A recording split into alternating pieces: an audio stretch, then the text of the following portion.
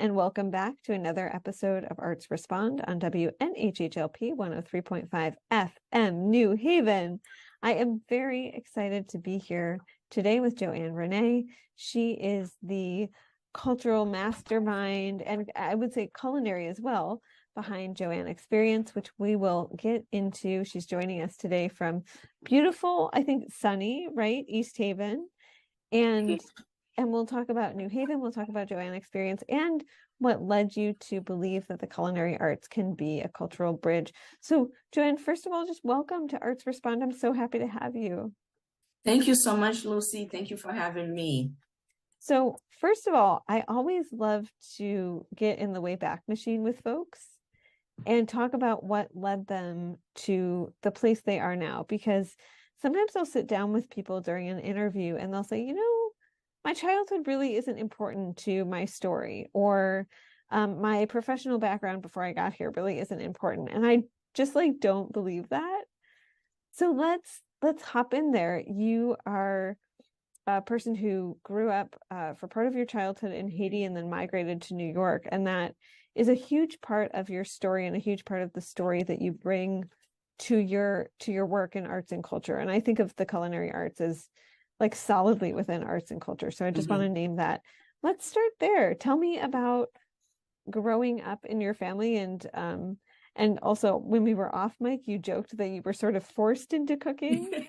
Yes. So let's start there. I would love to hear about that. So coming from Haiti as a young child and migrating to New York, Brooklyn, New York, to be more specific, I always was taught that schooling is important, education is important. So I was pushed towards education, which is what most family want their children to have, a formal education. But for a lot of Haitians who are migrated from Haiti, they always see their children in another field other than in culinary. They see them as attorneys, doctors, nurses. So for me, I was pushed towards that field. So growing up, my mom always knew that I should be in the nursing field where she was. For her, she was a professor in Haiti, and she came here, went back to school, and was in the nursing field. So she always pushed me towards that. But for me, I went into it for a little bit, but I just noticed right away that it wasn't for me. I even tried the administrative side of things and said, okay, maybe I could do the administrative work in the hospital or in the health field. That didn't work as well. I did respiratory therapy, and I just found that field wasn't for me. So I kind of was pushed into hospitality and tourism, trying to find my way. And growing up, I never wanted to learn how to cook. So my mom would always, it was like a punishment for me. You had to be in the kitchen, especially on Saturdays. You had to learn how to cook. And she would express to me, by 12 years old in Haiti, children, young girls know how to cook almost every dish in the Haitian culture. And I'm like, I'm not into that. I just want to hang out with my friends, go to the library, and just hang out and just do stuff. So it was very important for her. So later on, the more I thought of it and having family over, we always had Thanksgiving dinner, and she would do this whole spread that I had to help. So I kind of fell into it, not knowing that this will be the avenue that I will be taking at this time.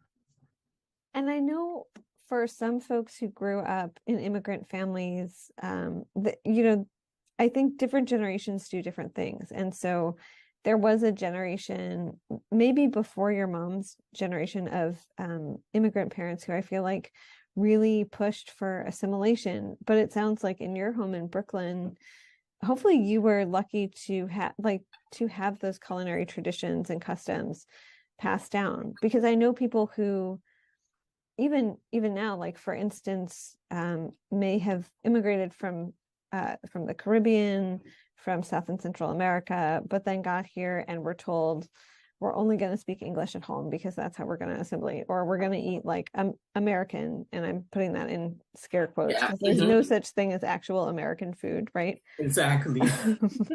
And But it sounds like your mother made sure that you had a really rich cultural background. Oh, definitely. So I started learning how to cook by the age of 8 forcefully. And by the age of 15, I could honestly say I could do a decent meal. I'm definitely better at it right now.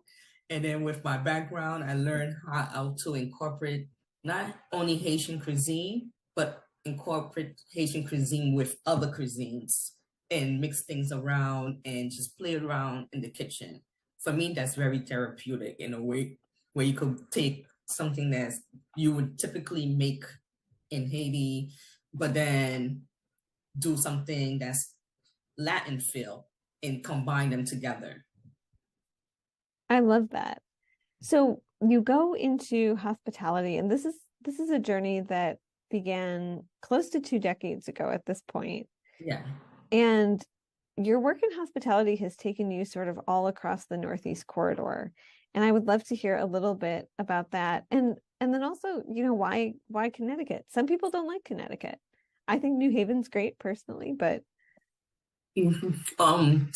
So for me, so when I went to University of New Hampshire, there was a hospitality program in business that you could match, and there was a tourism with business that you can match. I chose to do the tourism hospitality where you can match the two together and did the 5 years instead of 4 years because I also knew this about myself that I didn't want to be sort of like circled in into hotels and restaurant only. I wanted to explore all across the field of hospitality and tourism, which led me to understand how CVBs in the different cities work and how they connect with the restaurants, how they connect with hotels, how tourism work in each city that I've been, that I've worked at. So that helped me to understand that. And Connecticut for me was my getaway when I worked in Boston as well as New York. So I knew that it was someplace that I liked the pace because I've been at that point I've been in New Hampshire for a very long time with schooling. So I liked the pace of New Hampshire, but it was a little bit too slow. But I wanted to be someplace where it offered me both the balance of urban life and the slowness of New Hampshire without having to compromise. So I want to be in the middle of Connecticut where it's not too far from New York and it's not too far from Boston where I could get that big city experience if I wanted to. and I do feel like in Connecticut, some people move to Connecticut and they think it's like an episode of the Gilmore Girls. And there is that city. I mean, when I moved to New Haven from Detroit, I was like, it's so small, but it's also very culturally rich and very, very diverse, more so than like the quiet corner of the state, for instance. And Mhm. is that something that has sort of kept you? Because it sounds like you enjoy living here. I enjoy it so much. I think when I express this to friends, they think of Connecticut as this, oh my God, no one wants to go there. And then for me, moving here since last February, I didn't get a chance because I was in a transition between New York and here. Now that I'm settled, I'm going out more and I'm like, wait a second, I could be in a park where it feels like I'm totally outside of, like I'm in New Hampshire or even Vermont, totally. And then within minutes, you back into a city feel. So I think it's great for me personally, for someone who's looking for a city as well as a really quiet, low tone. You don't hear the sirens as much as, New York or Boston or Detroit for you, it's just peaceful. And let's talk about the jump into deciding to be a business owner and to run an enterprise, because it's one thing to cook as a like self-calming mechanism or to show love. In my family, it was always like, this is how I express that I love you, even if I'm not specifically saying the words I love you. And Mhm. then it's totally another thing to say, I'm going to take my craft and share it under also under my name, like not under the name of a company or institution that I'm working for, but I am presenting this, like I am presenting myself to you through my craft. So let's talk about that leap, because you have worked, so most recently you were with the National League of Cities, also New York City and Company, sort of all over, again, all over the Northeastern corridor. And then you decide to found this business that is really sharing Haitian culture through cuisine and talking about culture through food, and how culture can be a bridge. So I'm really excited to hear about that jump, because it is a leap of faith. Every time I talk to a business owner, I'm so impressed by the leap of faith that they've chosen to take. Yes, so definitely. So coming out of University of New Hampshire and going into living in Boston, my first job was with the Four Seasons, and it was with a management training program within Four Seasons. So you had the opportunity to kind of jump all around different departments and see how they work for a couple weeks. And I was always fascinated by the kitchen, how they were able to run the food line out, and they had a certain number of minutes timing for different things. So I was always infatuated by that, because at this point I had already started loving cooking, even though it was forced upon me. And then my next position was with Hotel Commonwealth, where I was in the sales department, but I also had to sell the restaurant that's within that property. So for me, I knew for a very long time now, I wanted to own a full-blown restaurant. But with a full-blown restaurant, I also understood the challenges. So with Joanne Xperience during the pandemic, I was home. So I had the opportunity to cook my meals and use it as my therapeutic safe haven to get away. And I said, if the world could operate without going into an office, what can I do coming out of the pandemic that I could still use my passion? Instead of opening a full-blown restaurant that requires a lot, I could do pop-up events that emphasis on bring that emphasis of Haiti culture, which is not only Haitian culture, because if you look at the Haitian cuisine, it incorporates a lot of other cuisine, which such as Latin, African, combined together. So I said bringing that and having it travel to give people an opportunity to learn about not only about the cuisine, but the culture, the entertainment aspect. So that was my vision, and still is my vision for Joanne Xperience. And since then, I've created drinks, which is unique drinks, it's called, and it has 3 flavors, and it's tropical, and it also reflects my personality, and also combining with that cuisine. And then my cuisine for the pop-ups is not necessarily the full-blown Haitian dish that you will find. It's more like tapas, more they call it fritai, but it's more what you call your empanadas. So you have your Haitian pates, you have your goat, shrimp, and so forth, but it's not cooked in a traditional Haitian style. It's more healthier the way we cook it. It's not everything's on beef. When you look at fritai in Haiti, it's more all fried food. Whereas the way I'm doing it is more health conscious for people, and combining the drinks make it extremely special for people to have and still be able to offer them what Haiti has to offer at this time. Sorry, I was on mute for a Yeah. second there. I do want to talk to that about that too, because I'm so curious about the discussions with folks that this has sparked. I feel like one thing that I really bristle up against as someone who is sometimes in the classroom and covering public education is like, we don't teach people about the rest of the world. We really don't do that good of a job teaching the history of this country and how it came to be.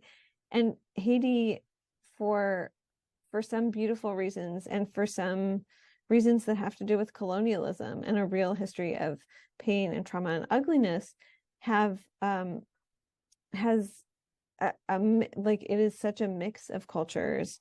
There is African, there's French, there's West Indian, and also, as you mentioned, like Latin and Latin American. I'm wondering about the discussions that you've been able to have over food that maybe wouldn't happen otherwise. Yeah. So definitely, I have friends all across the board. When you're in the hospitality world, you travel, when you meet people from different countries, different places within the United States. For me, when I have those discussions, I just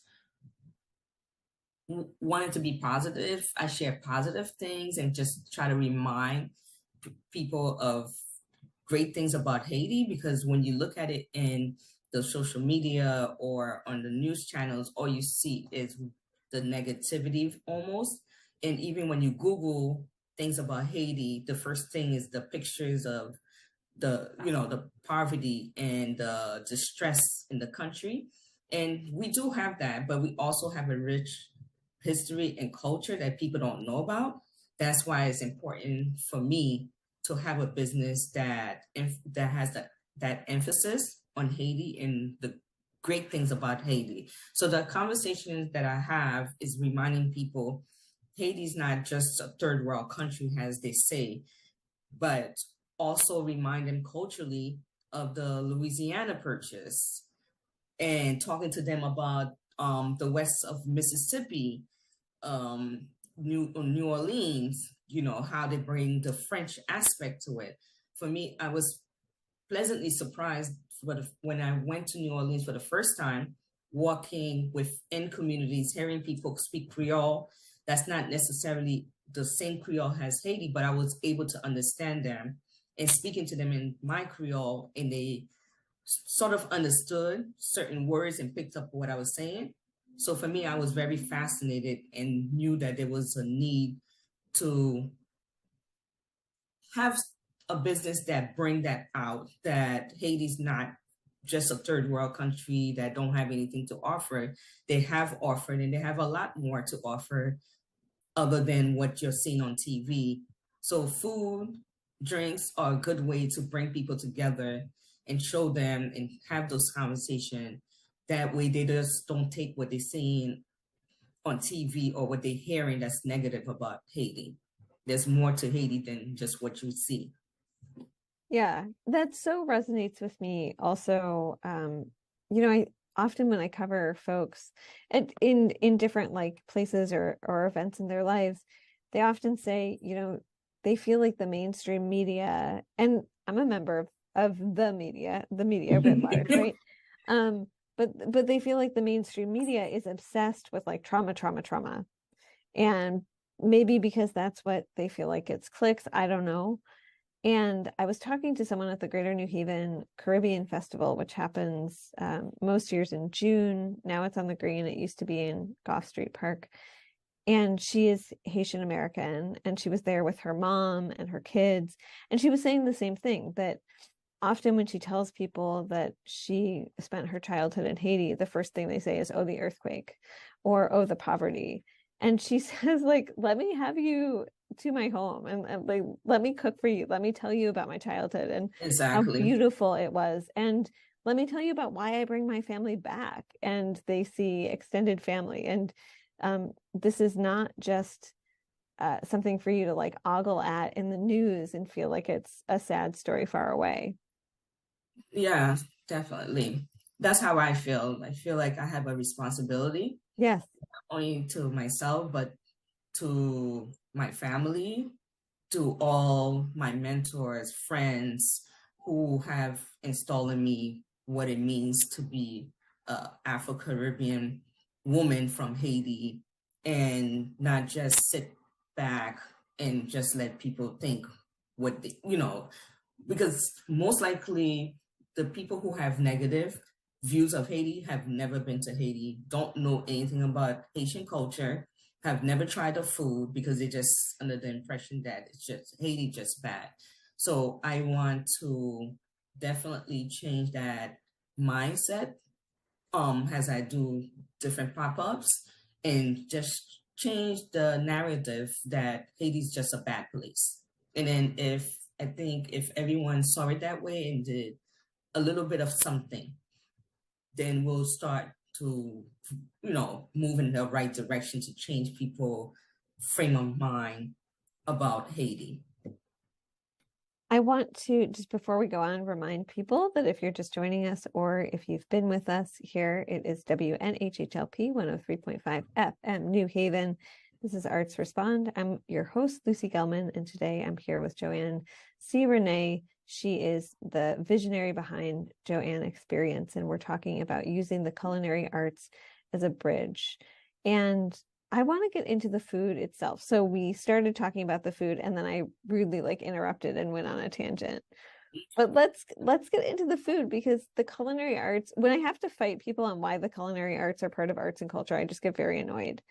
But clearly, if you're in this, you don't need to be convinced. And so let's talk about the food and there are several different platters that you offer people, and each of them has a story. So let's get into those stories.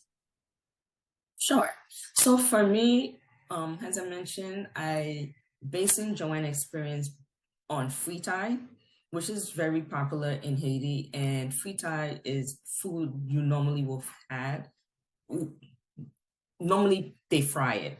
So there are some aspect of it that will be fried, which is the fried plantains and what you call marinade.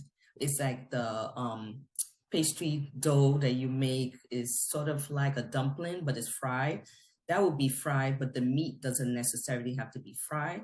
So that's my commitment to giving back, where you could still experience fritai, but not have everything be fried, because there's a lot of unhealthy things that goes along with frying everything that you're eating. But I want people to feel that they could enjoy a fritai, more often than not, because it's a little bit more healthier than frying everything. So the meats won't be fried, the shrimp won't be fried. It will be done in a way that you feel like you're having a fried food, but it's not fried. Sorry, I muted myself again. Yeah, that's okay. And let's also talk about the desserts and then also the drinks, because you brought up the drinks. And even though I was gonna say it's 5 o'clock somewhere, right? Yeah. Being in the hospitality world, it's 5 o'clock every day, all day long, right? For some people. So we do definitely have on the menu cremas, and cremas is milk based and it does have alcohol in it. It's more like your Irish cream, but a Haitian version to it. And then with unique treats, there's 3 different flavors that I came out with. So there's lemon twist, there's passion ice, and there's pine grape, and they are all natural with natural herbs that goes into it, that are good for your digestive system. And they come with alcoholic as well as non-alcoholic. So for me, I decided to do it a non-alcoholic version of it because someone at an event told me that they love the drinks but their significant other do not drink alcohol. They don't, so it would be nice to enjoy it with them. So I had enough people tell me that, so that I went back to create a non-alcoholic version of the 3 drinks. And I love that. And then also the desserts. I'm looking at your menu and getting hungry. Okay. Yeah, the desserts are awesome. It's just your traditional dessert that you will have. So for me, I wanted to not have too much on there for dessert, but wanted to bring a sense of Haiti back to everyone. So is douce course is like what you would call like a fudge brownie sweetness to it. So you will have I know people don't refer to pate as a dessert, but I plan to add fruit base within those pates to make them a dessert. I have coconut treats as well in as part of the menu. So just looking to give everyone a little sense of Haiti that they could share and not have too much. Also, as I mentioned, I trying to stay away from a full blown restaurant until I get Joanne Xperience really a great thing for everyone to know about and enjoy. And I want to make sure I deliver what I'm saying and not go too much, but offering just enough for people to get to know Haiti through food and drinks. And have you found, as you've built this, do you still derive a lot of joy from cooking? Because I've talked to some chefs who then go home and like they don't cook anymore. I definitely go home and cook. And for me, as I mentioned, I mix Haitian flares with other culture flares, and I mix, I may have Haitian black rice, which is Julia Jonjon for most people who know it, but then do my pasta instead of macaroni and cheese Haitian style, make it Italian style, where it's a combination of everything else and not just Haitian. So I still do enjoy being in the kitchen. I love that. So I also want to ask, like, what are your wildest dreams for Joanne Xperience? And also, how can people link up with you and find you? And I know that with pop-ups, I often hear from artists across media, so culinary artists, dance artists, visual artists, everything in between, that in New Haven and the greater New Haven area, sometimes space is their the biggest sort of hurdle that they run into. Yeah. So for Joanne Xperience, I'm working in the next couple months to really push out to do a couple more events throughout Connecticut area, specifically, especially in areas that don't have the Haitian restaurants, to bring that experience to people in those areas. And then sometime next year, hopefully, I'm working towards a goal of opening a small but boutique style where, again, it's not a full-blown restaurant, but something to incorporate some of the things that we talked about, and definitely working with some vendors to get the drinks on shelves that I'm anticipating will be out sometime before Thanksgiving, right before the holiday for Christmas. And I've had the opportunity and been blessed to be able to work with Square, who's helping me with a lot of, those rollout. So that is what I would like, for the next couple months, 6 months, and to have someplace people know of Joanne Xperience and who are looking to experience Haiti culture, arts, entertainment, bringing all those aspects together to bring people together. And right now, has it mostly been, I know that we mentioned pop-ups and the possibility of pop-ups. Has it mostly also been word of mouth? Because I know some chefs start very, very small. So there's a venture that I'm forgetting the name, but worked with Collab New Haven earlier this year and last year, which is a really cool like food business incubator. And they only served like a tiny section of the Eritrean community in West Haven. And that's how they got their footing. And then they were just starting to think about pop-ups. And so for you, is part of it like cooking for friends and being like, hey, spread the word if you like what you're eating. And I'm sure people do, spread the word. Definitely. So definitely had a couple pop-ups at home in my place and going to friends' house, having a couple pop-ups with their friends, their colleagues. So those been going really great, and having tasting of the drinks and just going around to different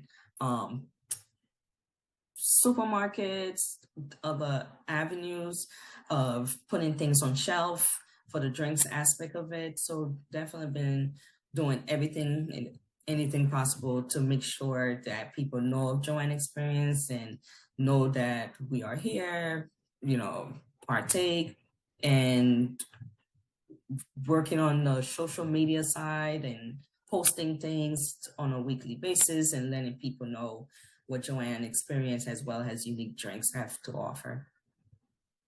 I love that.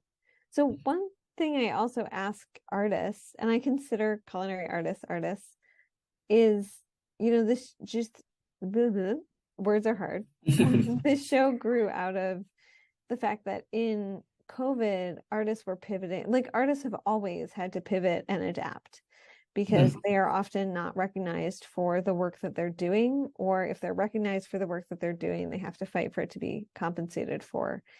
And this show grew out of the fact that artists were like sustaining us during COVID.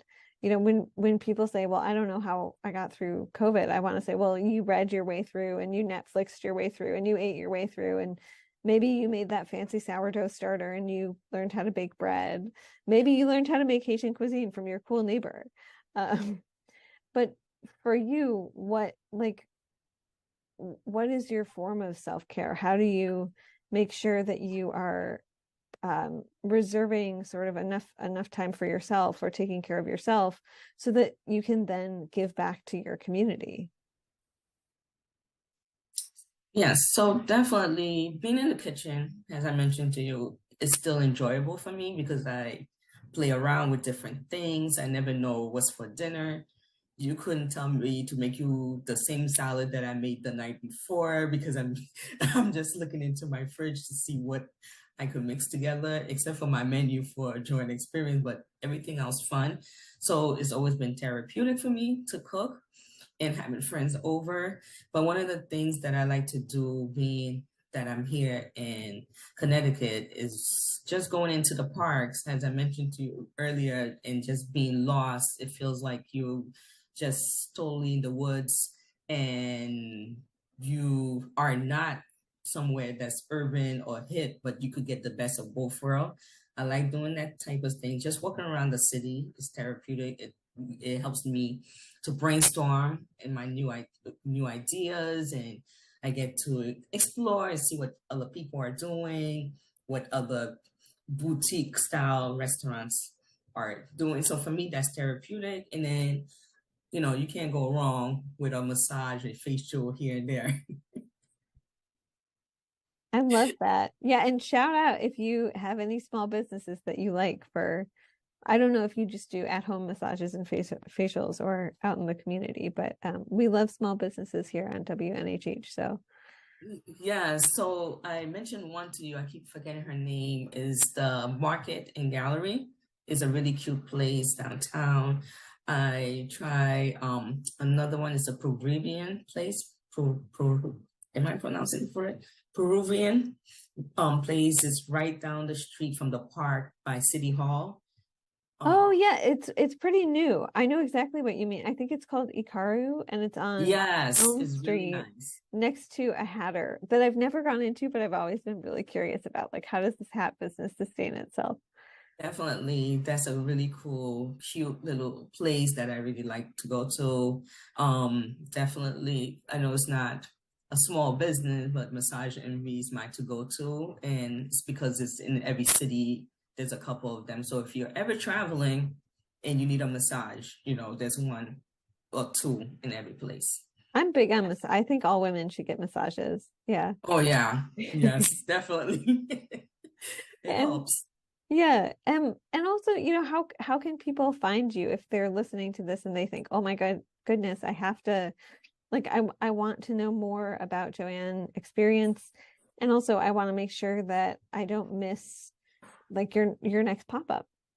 Yeah, definitely. So my website is Joanne Experience with an X.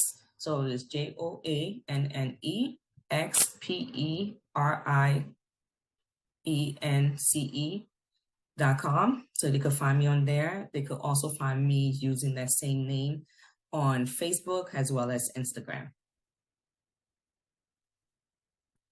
Well, those are my questions. Joanne, I want to thank you so much for joining me today on Arts Respond on WNHHLP 103.5 FM New Haven.